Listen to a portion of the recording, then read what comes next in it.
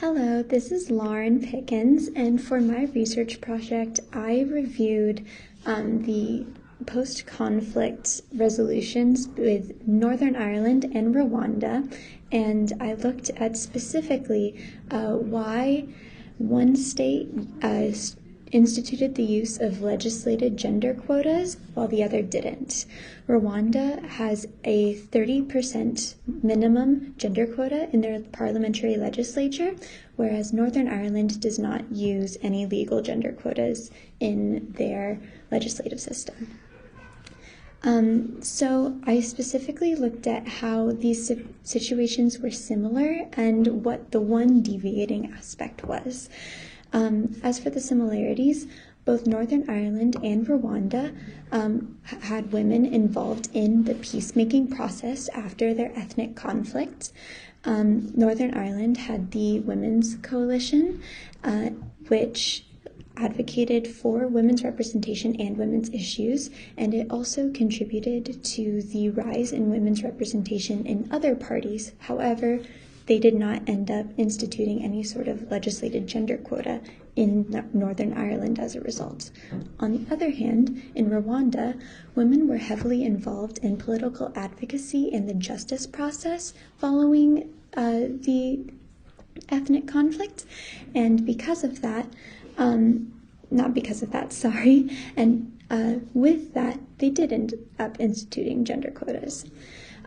As for the involvement of international parties, that was my second similarity. The United States acted as a mediator for the political conflict in Northern Ireland, negotiating and trying to bring people to the table. And also in Rwanda, the Organization of African Unity and the United Nations acted as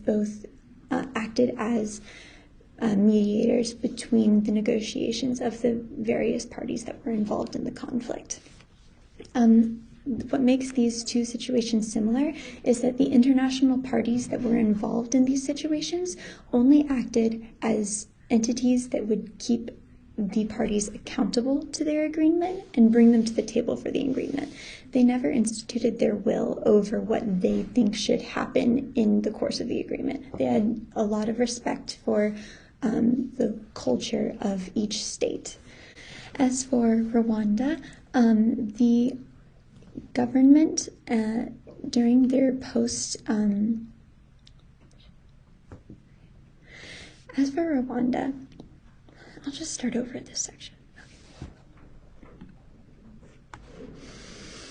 As for my third similarity between the two case studies, I looked at the involvement of violent parties in negotiating the peace process and the aftermath of the ethnic conflict. So, as we all know, for Northern Ireland, paramilitaries and their political parties were included in negotiations such as the IRA and Sinn Féin and the PUP and the DUP. And then as for Rwanda,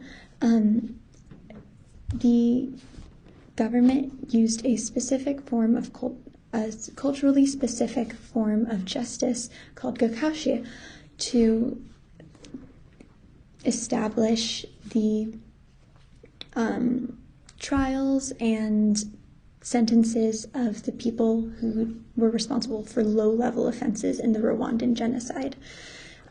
So the way that, for those who don't know, the way that that works is a community will come together and people have the opportunity to share the way they were hurt, and also people have the opportunity to confess to these low-level crimes.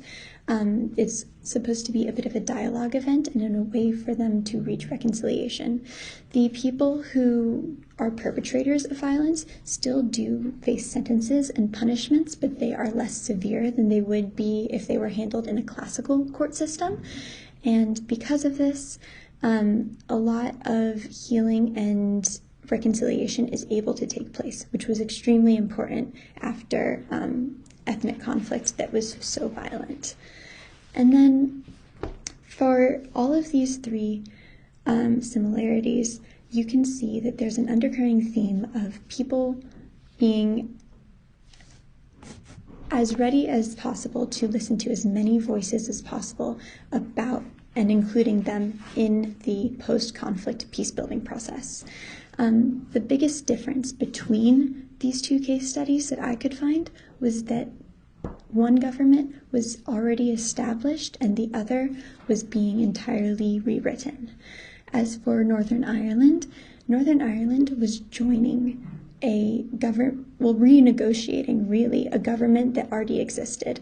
The Good Friday Agreement was really a treaty. It shouldn't be viewed as a state-building tool according to O'Leary. It was a way to marry the Irish and British identities in Northern Ireland so that they could be at least tolerant of each other when in government. It was not meant to be an extremely inclusive government where they make up all new systems in order to have as many voices as possible. They were simply trying to find a system that worked within both identities, and that was their sole goal. It was a treaty. It wasn't a new government. Whereas Rwanda had the opportunity to entirely create a new government. A new constitution was written a few years after the Civil War ended. And they used a process, very specific process, in which they went around to people in the country and they asked for their feedback on the former government and ideas for a new government. And they took this feedback and they took it into consideration on a panel, and then they wrote up a new constitution, which was then presented to the people for a referendum. The main difference between these two processes was that Rwanda had the opportunity to entirely remake their government and the opportunity to be as inclusive as possible, mainly because they started the process with an as inclusive as possible intention. However, in Northern Ireland, they were simply trying to make these two sides tolerate each other and find an agreement in which both could exist. They weren't necessarily trying to make an agreement where they could live harmoniously. And also, they were trying to work within an established government. England, the United Kingdom, did not have established legislative gender quotas, and so it just wasn't really necessary in order to make the two governments, the one in Northern Ireland and the overall government in the UK, the national government, work. It wasn't necessary, so they didn't do it. So really what all of this means for what we can learn about Northern Ireland is that it's extremely different from other ethnic conflicts such as the Rwandan Civil War and genocide, in that people at the end of it were not necessarily trying to remake it or live together or live harmoniously. They were just trying to figure out a system that worked and ended the violence. Obviously, ending the violence in Rwanda was very, very necessary as well. But the fact that they decided to entirely remake their system shows that they had a bit more intention of creating a government in which everyone would be able to be represented. And then also, finally, as for how does this inform peace processes in general, I think that it shows us what situations inclusion and gender equality and parity come into play. In certain situations, it may not be as relevant, such as Northern Ireland's, for inclusion to be the biggest goal on everyone's mind. However, in Rwanda, there were advocates who were able to make this a centerpiece issue. And I think that just really underlines the whole idea of cultures are going to have different things that they need at different times, and not every tool is going to be useful in every system. And so one culture may be ready for, or even a good fit for, legislated gender quotas, but another may not. It really depends on the current goals within the political system, and two states can be purposeful in listening to as many voices as they want in their conflict resolution process, but that does not guarantee the use of this specific legal tool. Thank you.